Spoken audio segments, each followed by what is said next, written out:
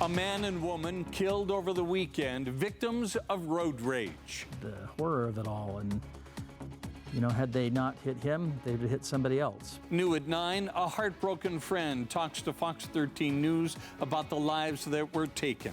Tracking the chance for some damaging storms heading into Tuesday and what to expect for the rest of tonight. Even good dogs have bad days. The U.S. Postal Service's national campaign to bring down the number of dogs attacking mail carriers. Vacant buildings at an all-time high in a city that's booming. What's fueling the economy now in a post-COVID Salt Lake City, and how landlords are making up for fewer office tenants. It's a green start to summer, but in a few weeks, all of this could change. We could have a very rapid transition to very active wildfire conditions. What it could mean for Utah's fire season.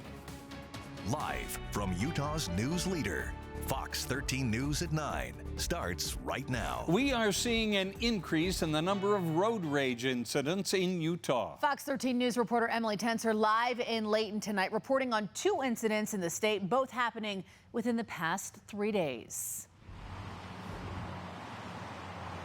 Yes, Bob Kelly, these incidents are starting to pick back up again. Just around 2 today, reports came in about a possible road rage incident, then shots fired here in Layton.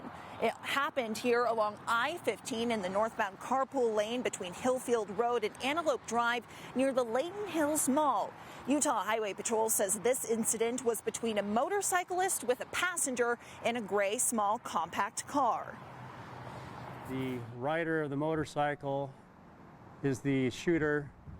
Shot the victim is in the small gray car and received injuries that caused this person to go to a local hospital and being treated there. We're told those injuries are not life-threatening. Now, that sergeant didn't mention anything about an arrest, but is asking if anyone knows anything to call them. He says these cases are becoming more and more common. Just last year, Forbes released a survey saying that Utah leads the nation #1 in most confrontational drivers. And that survey came out before a notorious road rage incident back in October, where a Sandy father of 4 was shot and killed. In that survey, 1 in 4 Utahns reported that they know somebody who was hurt because of road rage. Just yesterday, 2 people died at Eagle Mountain. They were just minding their business separate from the 2 vehicles involved. Picture of the car, that looks like Robbie's car. A classic Porsche, an old Volkswagen. For Utah car enthusiasts, there's nothing better than a June joyride after the long winter kept many cars in their garage. It's a community of people who have the same basic love for these old air-cooled cars. A community that 48-year-old Rodney Salm loved. Rick Burks remembers meeting his friend over 20 years ago racing at autocross events. He'll find a good deal on something that I'll miss, or I'll find one and he'll miss it, and we've had a good friendship about that. Salm was driving his 1987 Porsche on SR 73 in Eagle Mountain Sunday afternoon. 47-year-old Michaela Himmelberger was in the passenger seat. The 2 were driving around with other Porsches, part of the many car clubs Salm participated in. If we had any kind of an event, he'd make his best effort to try and come out and support it and be part of it. Meanwhile, a Ford F-150 and a Nissan Maxima were in a road rage altercation after the truck pulled in front of the car near Brandon Park. The driver of the Nissan reported the Ford rammed the side of the car. When the Nissan began to stop, the driver of the Ford crossed the center line and hit Salm's car head-on, killing him and Himmelberger. The horror of it all, and had they not hit him, they'd have hit somebody else. The car community is processing the tragic loss. Burks is trying to find a silver lining. He actually died doing something he loved, and how many of us get a chance to do that? The driver of the truck in Eagle Mountain was hospitalized. They have not been identified, but the Utah County Sheriff's Office says they will be facing criminal charges. Reporting live in Layton, Emily Tenser, Fox 13 News, Utah. Thanks, Emily. We have an update now on that big fire at an abandoned building in downtown Salt Lake City on Friday night. The fire department is getting an emergency permit to demolish the building as soon as possible. Crews say it won't reignite, but it is still smoldering, and the crews have water lines ready just in case. 6 units in an adjacent apartment complex remain unlivable because of smoke damage and debris. The cause of the fire remains under investigation. 3 Highland High School students were taken into custody today, accused of bringing 2 loaded firearms onto school property. Salt Lake police say right about 1 o'clock this afternoon, school security alerted a resource officer about a suspicious car. 2 teens were arrested. Police say they had loaded handguns. One was listed as stolen. A 3rd teen who was in the car was released to a legal guardian.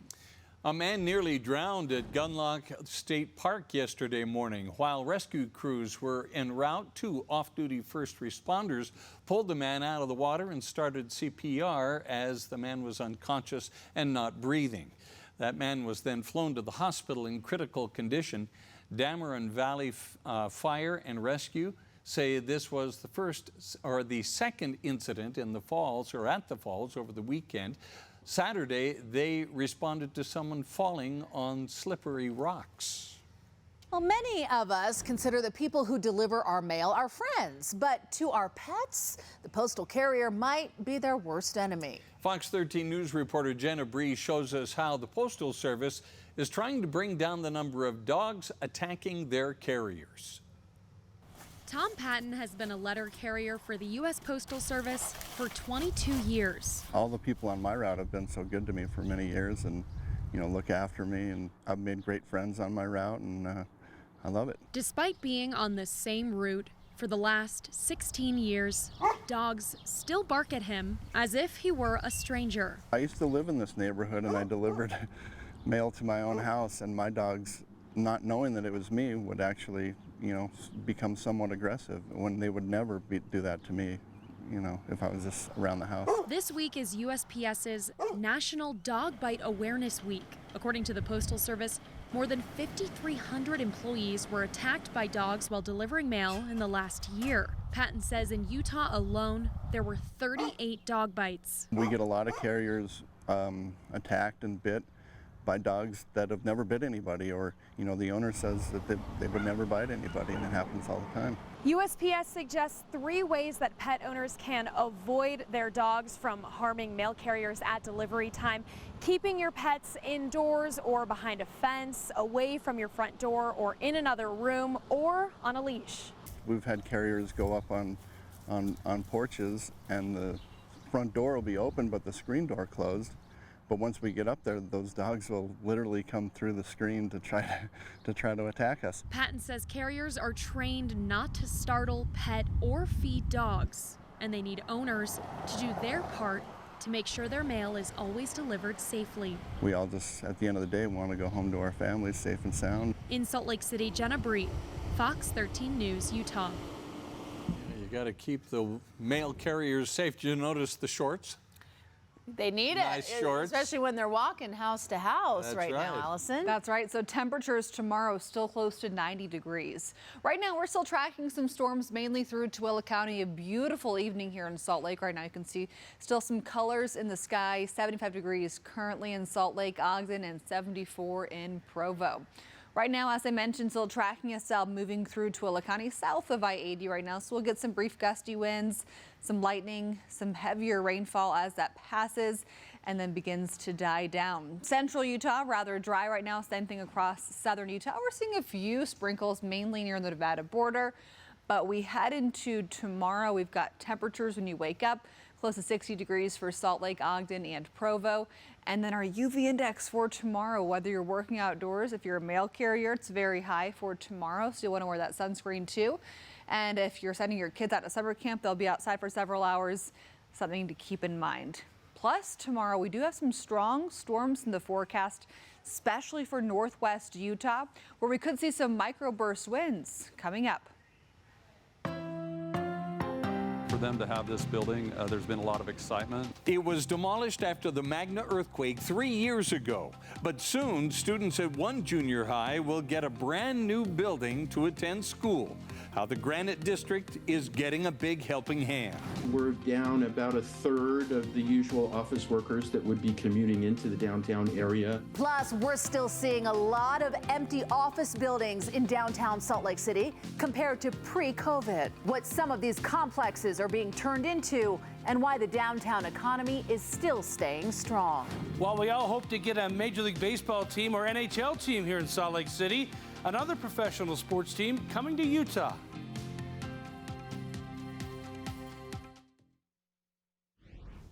It's now been 3 years since Westlake STEM Junior High School in West Valley City was demolished after sustaining significant damage in the Magna earthquake. All this time, the hundreds of students at that school were placed into a nearby elementary school that was vacant. Well, today, Granite District leaders announced a big step toward those students returning to a junior high school they can call their own. The district announced that FEMA is awarding more than $17 million toward the construction of a new Westlake Junior High. Working through the architectural designs right now. This one will withstand most of the major earthquakes. A lot of the retrofitting that we see on older schools are designed really to keep the school from falling down in the event of an earthquake. This design, in the event of an earthquake, will still likely be usable after that earthquake. Westlake STEM Junior High's new building is set to open next year. Salt Lake City firefighters made quick work of a fire in a detached garage behind a home in the city's Ballpark neighborhood this afternoon. Happened at about 1:30 near 1400 Southwest Temple. Crews say the homeowner called 911 after trying to put the fire out herself. While it was put out within 30 minutes, several people all over town called 911 about the fire because it could be seen from all over town. There's an apartment building just to the north of this, and there was a number of people that were responding in that saw that and thought the apartment building was on fire, but it wasn't. Like I said, it did create a large amount of smoke. In fact, we even got a call on the west side of town that they thought that there was a fire over there, but that was just the remnants of this fire drifting that direction. No one was hurt. The cause of the fire is under investigation. Vacant office space in downtown Salt Lake City is at a historical high right now, but ironically, the city seems to be thriving. This afternoon, I talked with Salt Lake Tribune reporter Tony Semerad about his article on a recent study released by the Institute of Governmental Studies at University of California, Berkeley. Right now, Salt Lake is down about 1/3 of the usual office workers compared to pre-pandemic levels. That's because COVID shifted many jobs to remote work, and they've just stayed that way, causing a huge drop in occupied office space. But despite those missing people, tourists have kept the city booming economically, with visitors now at 139% of what Salt Lake was before COVID. And as far as that now empty office space, landlords are getting creative in what to do. There is a trend to convert some of these offices to much needed housing in the downtown area. We've got at least 3 projects that are just that, or renovations and conversions of office space into residential. So we'll probably see more of that trend. Well, Tony told me the newer, fancier office spaces seem to be holding tenants or converting companies to move, but the older office buildings are the ones that are seeing the most vacancies downtown. Well, just into the newsroom, at least 7 people needed to be rescued from a capsized boat in the Sand Hollow Reservoir. This happened Sunday night. Utah State Parks tells Fox 13 News the boat was out recreating when the weather turned stormy and waves started kicking up water. The pump stopped working on the boat, so it started to sink. Thankfully, everyone had life jackets on. They were transported safely. And you know what? Those life jackets could have saved some lives there last night at Sand Hollow Sure Resort. did. Well, and there were some jet skiers that got into trouble as there well. were some reports. So Yeah. we have some calls in actually down south to get some more information, but it sounded like a really scary situation when those winds kicked up and those waters become so choppy with waves that are really hard to sustain. We've seen that time and time again at many of our reservoirs and lakes here across the state. Just truly highlighting the importance of those life jackets. I'm so happy to hear they were all okay. Now, when we have storms tomorrow, I do want to point out that gusty wind is our primary threat. We'll get to that in just a moment. And then off to our east and north and also west, areas of very heavy rainfall possible. But for tomorrow, wind will likely be our primary concern with some thunderstorms that develop mainly late morning into the early afternoon and throughout the afternoon tomorrow here across northern and western Utah. 75 degrees in Salt Lake, wind out of the east 12 miles per hour. What would I suggest that you do differently with that chance for some gusty microburst winds for tomorrow? I would make sure that your umbrellas are down if you enjoyed the evening tonight outside. It was a beautiful night. I would make sure that anything that's in your yard that could fly away, become a projectile, is safely secured or brought inside, especially if you live in Juab, Millard, or Tooele counties. We have the chance tomorrow for some very, very strong winds with thunderstorms that develop. Temperatures right now here across the state, 70 to 75 degrees for almost all of you. Right now, speaking of thunderstorms, we've got one that's about to pass I-80, moving from the south to the north, so between Wendover and Tooele. So what we're going to see with this, some brief heavy rainfall, some gusty wind, areas of lightning, and even the possibility of some hail. Right now here across northern Utah, for the most part, a pleasant night. We did have some storms that rolled through earlier today along the higher terrain, and we head into tomorrow, and we're going to have that chance for some very strong storms. Highlighted in this darker green, that is a marginal risk, a level 1 of 5 storm threat for tomorrow. This does include the Wasatch Front. However, we are expecting the worst of it to likely be Millard, Juab, and Tooele counties. However, there are still some question marks about what we could experience here along the Wasatch Front. Same advice that I mentioned just a few minutes ago. Umbrellas down, anything that you were enjoying out in the yard this weekend, if you can safely secure that, that would be your best bet as we head into tomorrow. Overnight temperatures, 50 to 60 here across the state. Widely scattered showers and thunderstorms possible, primarily late morning into the afternoon. Temperatures into the mid-80s again tomorrow. So we've got another hot day ahead of us. St. George 93, a little bit cooler for Wednesday and Thursday, closer to 85 to 90. And then we're going to see more chances for storms here in Salt Lake. Widely scattered Tuesday, Wednesday, isolated Thursday, Friday. More chances for storms this weekend, especially come Sunday. We'll talk more about that coming up in just a bit. We'll be right back.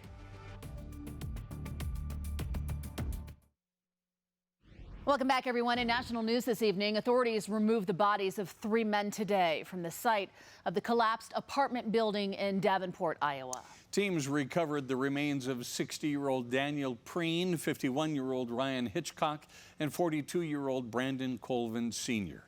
Police don't believe anyone else is missing in the debris. Scripps News national correspondent Vanessa Mashanya reports.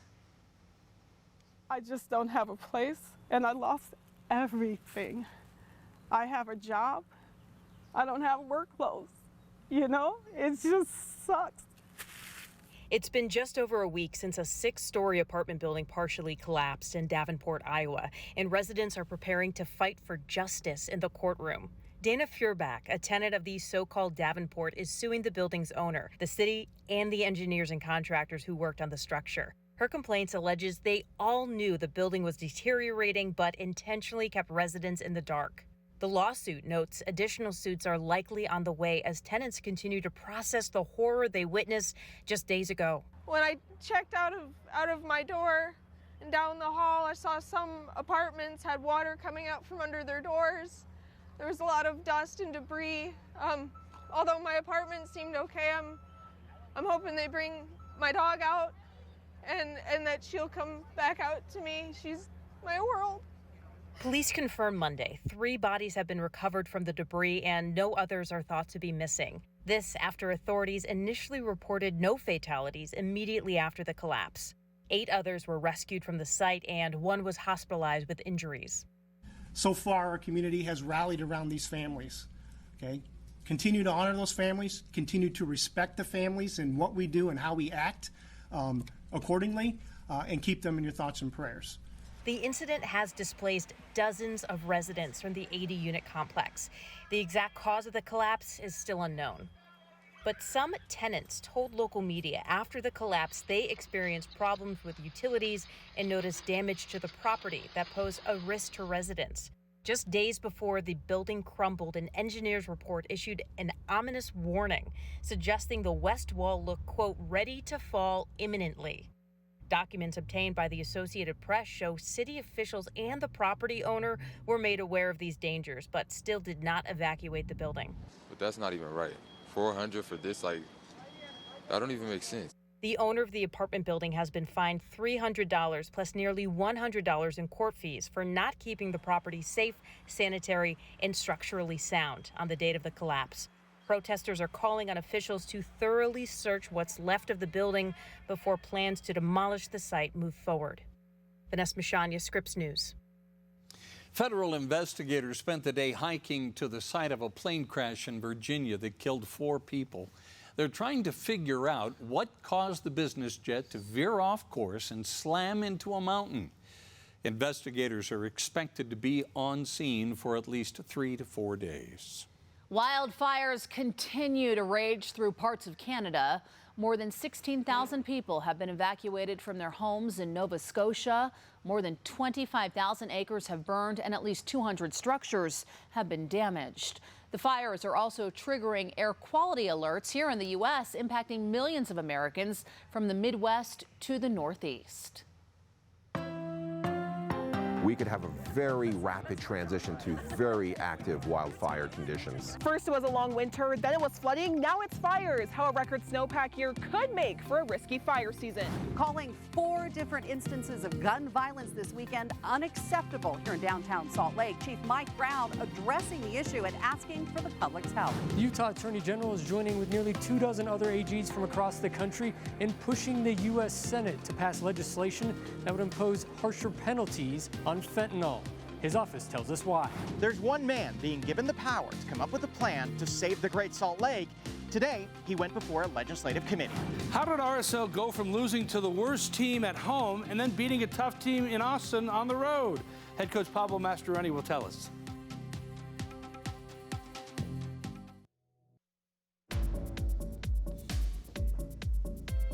We talked about the long winter, then the flooding, and now it's the start of fire season. State officials are concerned that significant fuel growth could lead to prime wildfire conditions this season. Fox 13 News reporter Darian DeBrule spoke with the experts about why fire safety is still important after a record snowpack. The greenery that fills Utah's hillsides is picture perfect for recreators and photographers like Grace Ann Matoka. I'm extremely happy with how green it is. If you look around or walk around the areas today, you'll see a lot of grass, a lot of it much greener than it normally would be in early June. That's due to that wet winter and our cool temperatures this spring. All of this green that you see around is beautiful, but it also means that there's more vegetation to burn at lower elevations. Which is why Basil Numershitsky with Great Basin Predictive Services and Governor Spencer Cox say practicing fire safety is still important, even in a non-drought year. The bad part is there's so much of the grass and it's so thick, it will eventually cure out. And when it does so, middle July, end of July, we could have a very rapid transition to very active wildfire conditions. You see this green all about, you think, oh, I don't have to worry about it this year. But again, oftentimes these grasses will dry out, and before they even turn yellow, they're dry enough to burn. Most fires start small in fine fuels like dry grass. And when these fuels dry out in the heat of summer, they become a fire hazard. For June, the governor and Numershitsky are most worried about fires in Utah's recreational hub. Down by St. George, near the Arizona border, they have not had much rain there in the past 3 or 4 weeks. Their grasses have already turned yellow, and they can start picking up wildfires any day now. The St. George area looks like northern Utah. I've never seen it so green, which is great until it's not, right? Because that means there's just so much more to burn. So as Utahns start summer adventures, Governor Cox and Matoka say it's important for everyone to practice fire safety. If you are camping this summer, make sure you have a bucket of water and a shovel nearby to extinguish your campfire, and check for heat before leaving. And if you're parking your car, be sure to park away from dry grass and keep your vehicle properly maintained to prevent roadside wildfires. Make sure you're taking the proper steps to actually making sure that everything has been put out. Triple check. If you think you're good, make sure again, because it just takes one small spark. In North Salt Lake, Darian DeBrule, Fox 13 News, Utah. Over the weekend, there were 4 different shootings within one city block in downtown Salt Lake City. Now, the police chief, Mike Brown, calls the violence unacceptable, and he vows to do all the department can to put an end to it. Fox 13 News anchor Amy Nay has that story. Monday morning in downtown Salt Lake, fairly quiet and in stark contrast to what played out late at night here this weekend. At some point, we need to stand up and say enough is enough. Chief Mike Brown on the 4 separate shootings in 2 days in one city block. What we saw this weekend was an affront to the values we hold so dear as a city. It started Friday night when shots rang out near a crowd that apparently gathers in this parking lot off Market Street and 3rd South. Several of the bullets flew over the officers. At least one of those bullets hit a sign just above them. A 19-year-old man arrested in this case with charges pending. Then 4 a.m. Sunday, and a fight turned into a fatal shooting. Our homicide detectives have been working this case nonstop. A 22-year-old died here in this lot, despite rescue efforts by police, who are apparently running into roadblocks in finding a suspect. There are people who know who the shooter is, and they are not coming forward. And not trying to take things into their own hands. It was late Sunday night when police heard gunshots, finding shotgun shells and a firearm in a car with family members of the homicide victim.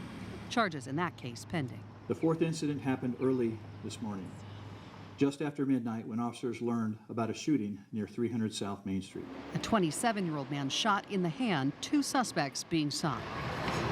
Chief Mike Brown imploring people in the public to come forward if they know anything, no matter how insignificant they say that could help in their investigation. He says he and his department are doing all they can to keep the public safe, but they need the public's help as well. These were not random shootings, but we certainly understand the fear they instill. Vowing to enhance crime control plans in that area where local business owners say safety is a concern during the late night hours for their employees and customers, while those who work in the area during the day say it's also unnerving. A little scared, probably, to be honest. It's crazy. Jessica Lance lives a couple blocks away but works right here within steps of where this weekend's shootings took place. This morning, it's very concerning to me, especially since I ride my bike to work, so I don't feel like quite as protected. It just feels like there's like an element of danger there that maybe, shouldn't be. So, yeah, it's definitely concerning to hear about. In downtown Salt Lake, Amy Nay, Fox 13 News, Utah. Coming up, Utah Attorney General Sean Reyes joined 22 other attorneys general in writing a letter to the U.S. Senate leadership in support of the Halt Fentanyl Act. What the bill would do, coming up. And coming up, temperatures today were close to 10 degrees above normal. So tomorrow, another hot day with potentially some very strong storms where we could get some severe weather coming up.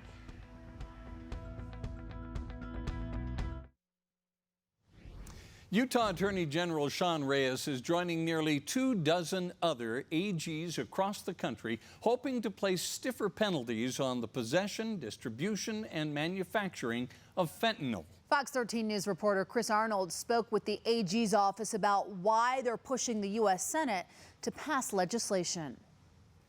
The serious nature of fentanyl addiction is overriding any pain-relieving considerations for the drug. Utah Attorney General Sean Reyes joining forces with AGs from across the country in a letter to the U.S. Senate urging them to pass the Halt Fentanyl Act.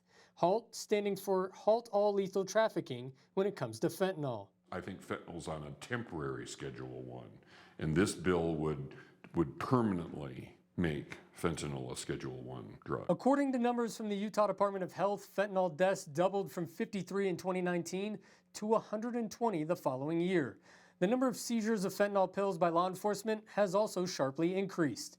In 2018, the department says nearly 11,000 pills were seized, increasing to more than 85,000 by 2021. Law enforcement needs every tool that they can get to take on not only the use and abuse of it here at home, but the transport of fentanyl and illegally made fentanyl from across the Mexico border. However, some medical professionals here in Utah say they have concerns. When I look through the legislation, I do not feel that they are being very thoughtful in the way that they are scheduling these substances. Schedule 1 is a substance that they say has no medical utility at all for. Dr. Jennifer Plum is the medical director for Utah naloxone and a professor at the University of Utah. There are fentanyl products that we use in the medical system.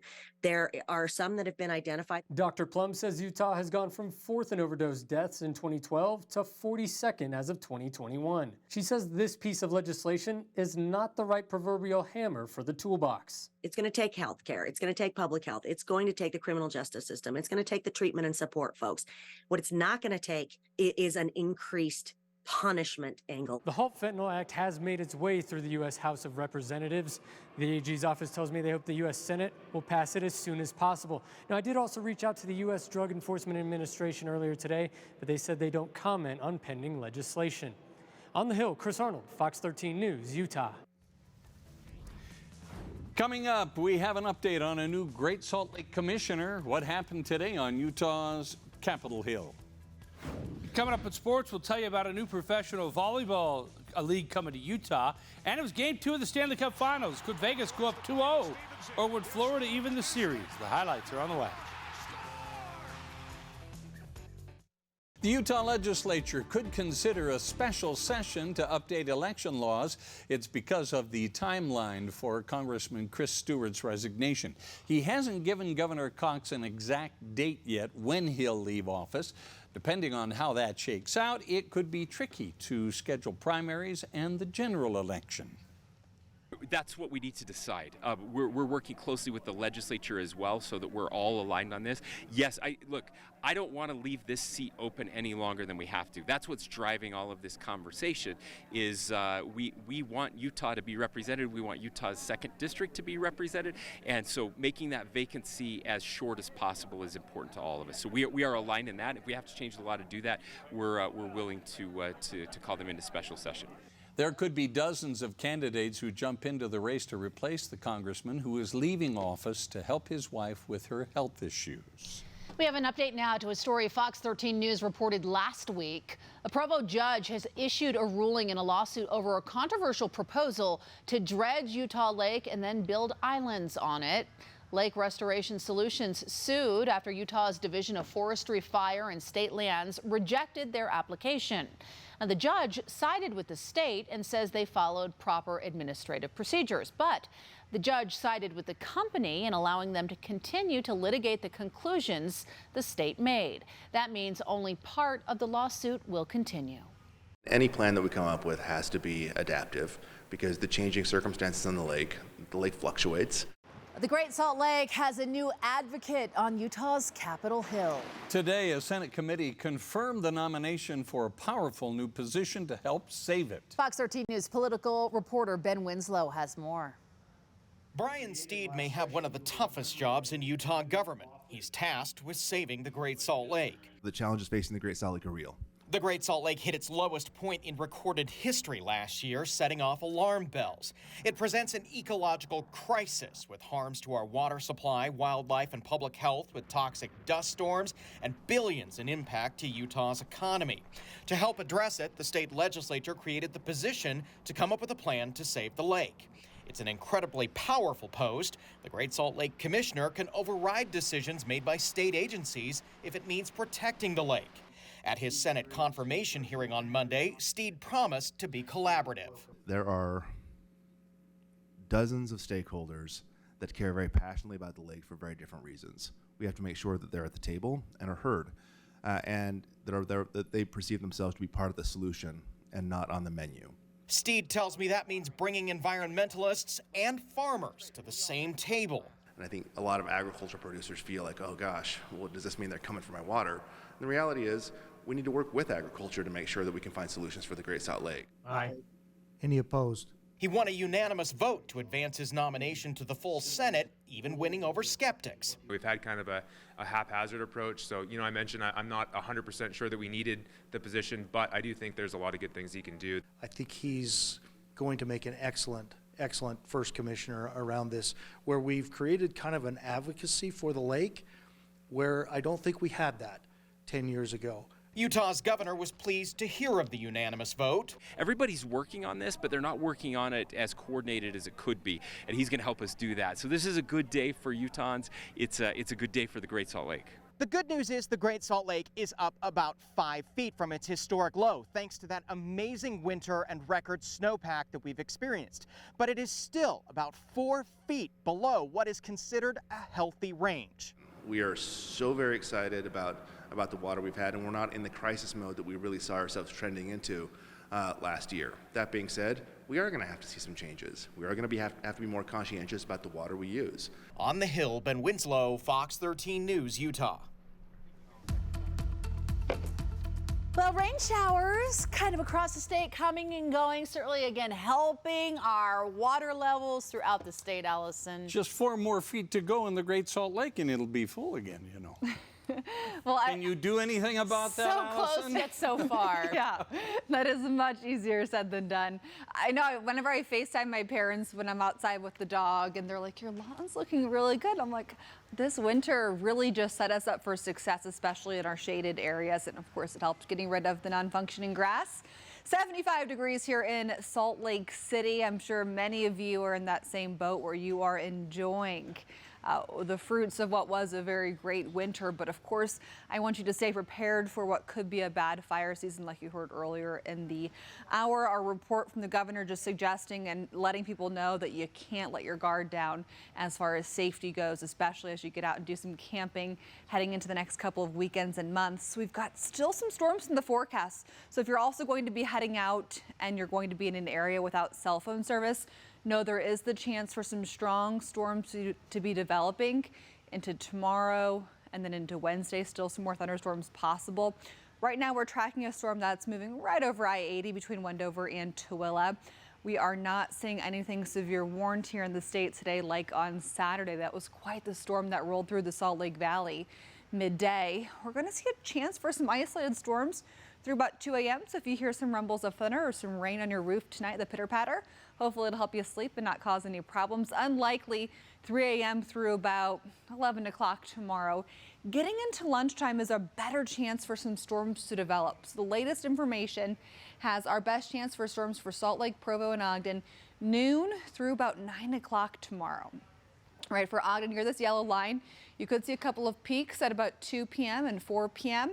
And with our storms developing tomorrow, Tooele, Millard, and Juab counties, you are our main concern for microburst winds tomorrow. However, there are still some question marks about how far east we could see some potentially very gusty winds going, and there is a chance we see some of those here along the Wasatch Front into tomorrow. So just stay weather aware. If your kids have sports games or practices as you're headed out for a hike with your family, if you start seeing some dark clouds moving in, might be time to wrap things up and make sure you're getting into a safe place, because we've got the chance tomorrow for some of these storms to be very strong and windy. Tuesday at 5 p.m., about 80 degrees on a day where we've got a chance for some really strong winds with thunderstorms. I always suggest making sure that you're not parked underneath a tree if you can avoid that, because if those branches start coming down, it's just one less thing that you have to worry about. Also on a day where we could see some very gusty wind, we could see some power outages. And I also suggest keeping your phone fully charged in case of that, especially Millard, Juab, and Tooele counties for tomorrow. Ogden, widely scattered storms for tomorrow. For Provo, same thing, widely scattered into Wednesday and Tuesday night. And for St. George, you've got a pretty dry 7-day forecast, all right? So we head into the next couple of days. Flash flooding will be a concern. It's a possibility for many recreation areas tomorrow. 90 to 95 for St. George for the next week, and for Salt Lake, about 80 to 85 for the next week. Partly cloudy tomorrow, widely scattered storms Tuesday, Wednesday, isolated Thursday, Friday, scattered to widely scattered storms this weekend, so stay weather aware. Game 2 of the Stanley Cup Final between the Vegas Golden Knights and Florida Panthers. Brett Howden scored the first of his 2 goals there. That put Vegas up 4-0 in the second period. Jonathan Marchessault also scored twice. Vegas won it 7-2. They lead the series 2-1. RSL went from a disappointing loss at home to the LA Galaxy to a 2-1 win on the road against a tough Austin team last week. An incredible turnaround before hosting the Galaxy and the U.S. Open Cup on Wednesday. It goes back to controlling what you can. You can't affect the LA game once it's over, but how do you prepare with the right mindset and a really good collective performance and making 8 changes? And not getting emotional when you win, not getting emotional when you lose, staying the course, knowing it's a long season. And I think after probably our 5th game of the season, we're trending in the right direction. Tanner Toolson is transferred from BYU to Utah Valley. Will play for the Wolverines this upcoming season. The 6'5" guard appeared in just 6 games as a freshman at BYU last season. Tanner's brother Connor also played at UVU, along with his cousins Ryan and Jake Toolson. While we're all hoping for a Major League Baseball and a National Hockey League team to come to Utah, another new professional sports league is coming to Salt Lake City. Here's Fox 13's Morgan Vance. If the state of Utah wasn't one of the major volleyball epicenters here in the United States, it certainly is now. Announcing today that we're bringing a pro team right here to Salt Lake. It's called League One, or LOVE for short, a brand new professional women's volleyball league on its way. This is such a great time for women's sports. There's so many exciting things going on here locally as well as nationally. And they think highly enough of Salt Lake to invest as its 4th franchise. We want to thank League One Volleyball for their vision and believing in Salt Lake and believing in our community. This really is going to be a game changer. We joined previously announced clubs Houston, Madison, and Atlanta in the venture that looks to make its first serve in the fall of 2024, right after the Paris Olympics. That's very intentional. We want to let that top-level talent that we're recruiting allow them to focus on the Olympics and then come here and launch this league. They hope to have 6 teams by that point. We'll be announcing more cities and then building from there over time. The media, not the only crowd on hand to receive the news. Do we have any future professional players here right now, you think? Absolutely. You look around here, there's 250 kids attending this D1 college coaches camp. There's at least, 10% or so that might one day play here or at least try out for it. We really are providing a pathway for these club athletes all the way through to pro, and that's what we're all about, and deeply connecting pro with the club community. Salt Lake's first 5 roster spots, a group including former Olympic gold medalists, were also announced today.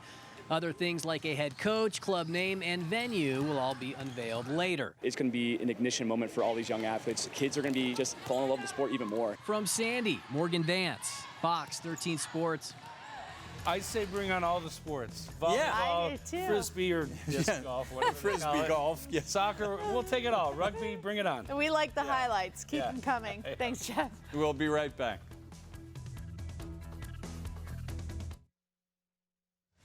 A Team USA is in northern Utah practicing hours a week to get ready for the world competition next month. The sport? I was wondering that. Competitive jump rope. All right. This is not your grandmother's jump rope. Oh my God. These jumpers are from Utah, Idaho, and Montana. They're working on their routines in River Heights near Logan. Can you guys do this? Yeah, right. Did you do this at recess? My tailbone hurts just watching it, yeah. God. I can't even do regular double dutch. Yeah, Forget all these acrobats they're throwing. Those are athletes. They've been jumping together for years. They qualified by going to other competitions. They have until mid-July to perfect these routines. Championships are in Colorado Springs, and they'll be taking on teams from around the world. I would say it's a pretty big deal. It's something that we all work for and want to achieve. It's kind of exciting, and we're a little bit nervous, but we're getting ready.